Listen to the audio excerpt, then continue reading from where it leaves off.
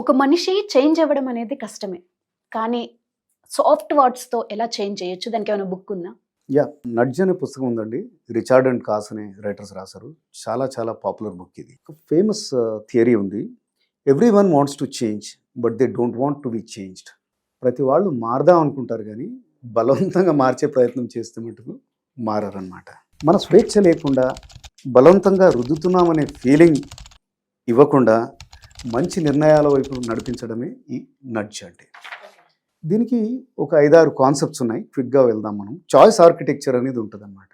అంటే అందరికీ for example healthy food తినాలని ఉంటుంది అనుకోండి, కానీ తినరు. ఎందుకంటే మనం డైలీ హరీలో ఉంటాం, అవి ఎక్కడ ఉంటాయో తెలియదు, ఏమి లేకపోతే మనసు రాదేమో ఇట్లా అనమాట. సో మీరు డైనింగ్ టేబుల్ మీదో లేకపోతే కంటికి కనబడేటట్టుగా ఫుడ్ పెట్టారనుకోండి, dry fruits and cut fruits or some fruits in a bowl. అంటే మనం బయటికి వెళ్ళేటప్పుడే మీకు అక్కడ టేబుల్ మీద కంటికి కనబడుతున్నాయి. సో కంటికి కనబడేవి what psychology or whatever science says అది మనం తింటాం అనమాట. దీన్ని చాయిస్ ఆర్కిటెక్చర్ అంటారు. అంటే ప్లేస్మెంట్ ఓకే, మనకు అనువుగా వేలుగా ఉంటే అవి మనం మన అలవాట్లోకి తెచ్చుకుంటాం అనమాట. అలాగే హ్యూమన్స్ అండ్ వర్సెస్ ఎకాన్స్ అంటారు. అంటే మనుషులు చాలా రేషనల్, అంటే ఆలోచించి లేకపోతే ఆలోచనతో కూడిన బిహేవియర్ ఉంటుంది అనుకుంటాం, కానీ వాడు చాలా ఎమోషనల్, లేజీ ఉండొచ్చు, ఇంకేవేవో ఉండొచ్చు అనమాట. ఫర్ ఎగ్జాంపుల్ దానికి ఇప్పుడు మీరు 100 రూపాయలు పోగొట్టుకున్నారనుకోండి, దానికి కలిగే బాధ 100 రూపాయలు ఎక్కడో దొరికిన దానికంటే చాలా ఎక్కువగా ఉంటుంది. ఆబ్వియస్లీ ఈ ఎమోషన్స్ని దృష్టిలో పెట్టుకొని మనం జనాల్ని నట్ చేయాలి అన్నమాట. ఎమోషన్స్ మీద మనం నట్ చేయాలి. అలాగే కొన్ని డిఫాల్ట్స్ ఉంటాయి, అవి చాలా పవర్ఫుల్ ఉంటాయి అన్నమాట. అంటే మనకు టైం ఉండదు, లేకపోతే ఏదైనా చెప్తే అది ఎక్కదు. ఇప్పుడు డిఫాల్ట్గా ఫర్ ఎగ్జాంపుల్ ఎంప్లాయ్మెంట్ ఉన్నది, రిటైర్మెంట్ బెనిఫిట్స్ ఉన్నాయనుకోండి డిఫాల్ట్గా, అంటే ఆ ఫామ్లో ఉంది, మీరు సంతకం పెట్టేస్తారు, మీకు రిటైర్మెంట్ బెనిఫిట్స్ కింద కొద్దిగా కట్ అవుతుంది. ఓకే, మీకు వద్దనుకుంటే మీరు వెళ్ళి దానికి ఒక శ్రమ అన్నమాట, అది తీసేయాలన్నమాట నాకు వద్దనేసి. సో డిఫాల్ట్ ఆప్షన్ కింద పెట్టేస్తే కూడా మనుషులు దాన్ని మంచివి అవి తీసేసుకుంటారన్నమాట. అట్లాగే కొన్ని సోషల్ నార్మ్స్ ఉంటాయి. అంటే మనుషులు సొసైటీలో యాక్సెప్టెడ్ ప్రాక్టీసెస్ వైపు వెళ్తారనమాట.